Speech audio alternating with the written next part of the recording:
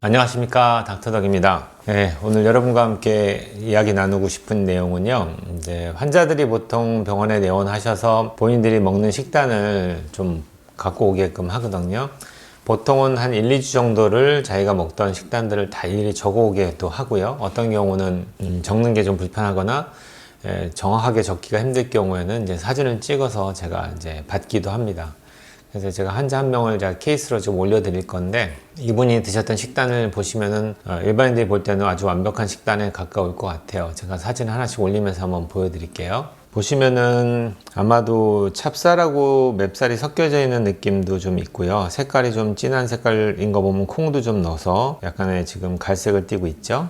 이런 밥에다가 아몬드가 좀 보이죠. 그리고 그 위로는 실멸치가 좀 보이고요. 그리고 컬리플라워하고 브로콜리가 들어있고요. 호박 무침이 있고, 위에는 이제 위장이 좀 안 좋다 보니까 이제 김치를 좀 약간 씻어서 양념이 좀 빠진 김치가 좀 보이고요. 그 다음에는 낫또가 좀 보이고요. 가운데는 두부 두 조각에 위에 지금 뭐가 뿌려져 있는데, 이게 아마 아마시 가루일 것 같아요. 그리고 옆에는 이제 김이 있고요. 제가 환자들한테 오면은 제일 먼저 이제 빠지지 말고 드세요 하는 게 김하고 멸치거든요. 그게 들어가 있죠. 그리고 김치도 좀 들어가 있고, 나머지 모든 재료들이 다 건강에 좋은 식재료로 되어져 있죠. 근데 이 환자가 여기서 이제 좋은 식단이긴 한데, 그 다음 다른 식단 한번 보여드릴게요. 보시면은 이제 된장국이 있죠. 두부하고 호박하고 이렇게 된장으로 끓여진 된장국이 있고, 또 역시 흑미밥이 좀 있고, 반찬은 거의 비슷한 포맷으로 이루어지는 것 같아요. 좀 더 많은 양의 케일, 브로콜리, 컬리플라워, 잣 이렇게 들어가서 지금 볶음 요리가 좀 있고요.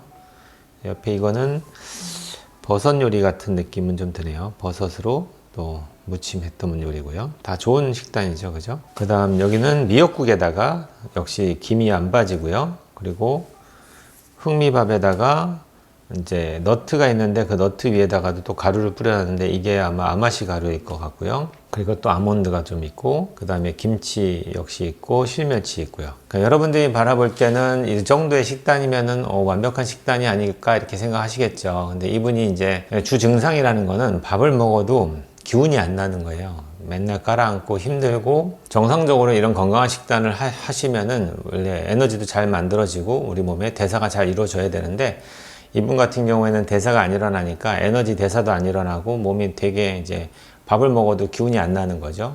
그 이유를 알기 위해서 검사를 했는데, 제가 유기산 검사했던 데이터를 한번 올려드릴게요. 여기다가 보시면은 대사 중에서 제일 중요한 탄수화물 지방 대사가 있는데요. 지방 대사는 거의 이제 안 돌아가고요. 탄수화물 대사 같은 경우에는 3가지 중에서 2가지가 지금 안 돌아가고 있는 상태죠. 그러다 보니까 에너지 생성에 관련된 모든 사이클, TCA 사이클에 관련된 모든 사이클이 다 지금 셧다운 돼 가고 있는 걸 보일 거예요. 그러니까 이러니 뭐 아무리 내가 밥을 먹어도 에너지를 제대로 못 만드니까 기운이 없겠죠.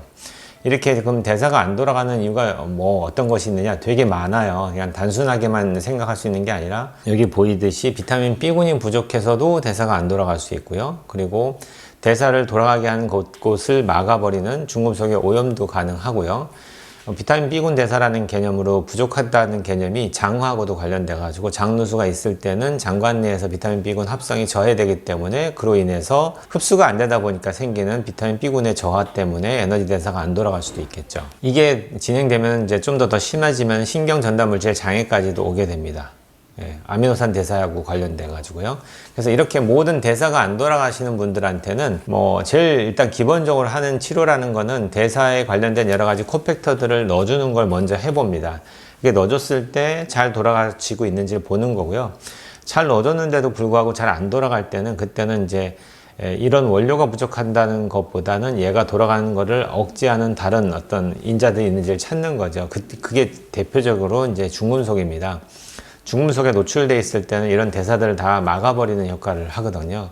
그래서 저희들은 이제 기능의학자들은 보통 치료할 때 좋은 원료를 넣어주는 것도 하지만 노폐물이라든지 독소들을 빼주는 치료를 하게 되는 거죠. 그러면 이것만 하면 되느냐? 이분이 잘 먹고 있지만 혹시라도 자기한테 안 맞는 음식이 있을 수 있잖아요. 그래서 그거를 검사했더니, 제일 기본적으로 제가 장누수가 의심되는 환자들한테는 밀가루, 우유, 계란을 못 먹게 하는데, 일단 검사 결과가 나오기 전까지만 제한을 하고요. 검사 결과를 본 다음에는 그거에 입각해서 설명을 드리는데, 이분 같은 경우에는 안타깝게도 제일 좋은 계란에 대한 알러지 반응이 좀 나왔어요. 그래서 계란은 이제 못 먹게 계속 하고, 그 외에 나머지 우유나 이런 거에 대한 반응은 없더라고요. 유단백에 대한 반응은. 그래서 뭐 치즈라든지 요거트 이런 것들은 먹을 수 있게 됐어요.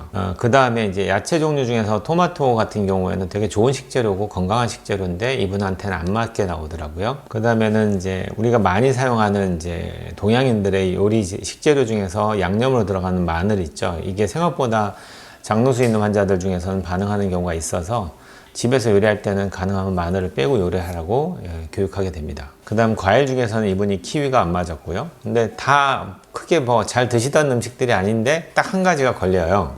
너트 종류 중에서는 이제 아몬드가 나왔어요. 근데 아까 제가 보여드렸죠. 이분이 먹는 식단을 쭉 찍어 오셨는데 거의 하루도 안 빠지고 너트 종류 중에서는 아몬드를 드셨더라고요. 근데 이분은 아몬드하고는 안 맞는데 꾸준히 먹다 보면은 이걸로 인해서도 장누수가 진행될 수 있기 때문에 우리가 검사하는 의미라는 거는 정말 좋은 식재료는 맞는데 이게 본인한테 안 맞을 경우에는 오히려 독이 될 수 있다는 것 때문에 우리가 검사하는 겁니다. 그렇기 때문에 한 번 정도 해 놓으시면은 음식 항원 검사 같은 경우에는 여러 번 하지 않거든요. 한 번 해 놓으면은 이제 자기만이 반응하는 어떤 음식을 찾는 개념이 되기 때문에 뭐 자주 할 이유가 없이 체질적으로 자기한테 안 맞는 음식을 찾아준다고 이해하시면은 한 번 정도 해 놓고 그런 음식들은 될 수 있으면 앞으로는 식단에서 좀 제한하는 게 필요하겠죠. 그래서 이분은 너무 좋은 식단을 잘 하고 계셨는데 일단은 요리할 때 마늘 좀 적게 쓰게 하고요. 두 번째는 드시는 너트 종류 중에서는 아몬드를 이제 빼게 했습니다. 그렇게 하고 나머지는 다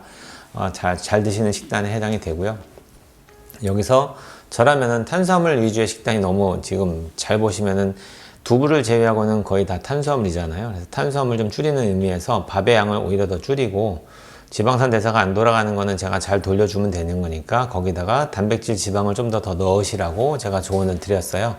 이럴 때는 이제 케일, 브로콜리, 뭐 컬리플라워들을 버터에 볶을 때 거기다가 와우미트에서 나오는 부채살 정도 집어넣어서 그렇게 해서 이제 볶음 요리를 해서 드시면서 밥의 양을 오히려 좀 더 줄이면서 단백질 지방을 좀 더 섭취하는 쪽으로 그렇게 제가 조언을 드리면서 그렇게 좋은 영양소를 넣어주더라도 얘를 대사를 못 시키면 안 되기 때문에 제가 따로 지방을 잘 대사할 수 있게끔 탄수화물 잘 대사할 수 있게끔 도움이 되는 그런 보조제들을 따로 처방을 했죠. 그냥 막 음식만 줘서는 지금 당장에 안 돌아가고 있는 대사를 해결할 방법이 없잖아요. 그렇기 때문에 아무래도 병원의 도움을 필요로 하다는 얘기는 이런 경우일 것 같아요. 그냥 집에서 식단 관리하세요 이렇게 한다면은 좋은 식단 먹으면 건강해져야 되는데 대부분의 환자들이 그렇게 식단 관리를 했는데도 불구하고 해결이 안 될 때 병원에 오시잖아요. 이제 그런 분들은 내가 지금 뭔가가 안 돌아가고 있구나 이렇게 이해하신다면은 이런 것들을 잘 돌아가게끔 병원의 도움을 받아야죠. 그런 경우는 정말로 기능의학병원이 필요합니다. 근데 만약에 여러분들이 일반적인 식단 좋은 관리를 했는데 그걸로도 몸이 가벼워지고 체중이 조절이 되고 피로도 회복이 되고 좋아진다 이럴 때는 굳이 뭐 비싼 돈 들여서 검사할 이유가 전혀 없어질 것 같아요. 오늘은 일단 제가 치료했던 환자 중에서 좋은 케이스가 있어서 설명을 좀 드립니다. 온 국민이 건강해지는 그날까지 닥터덕은 여러분과 함께 합니다.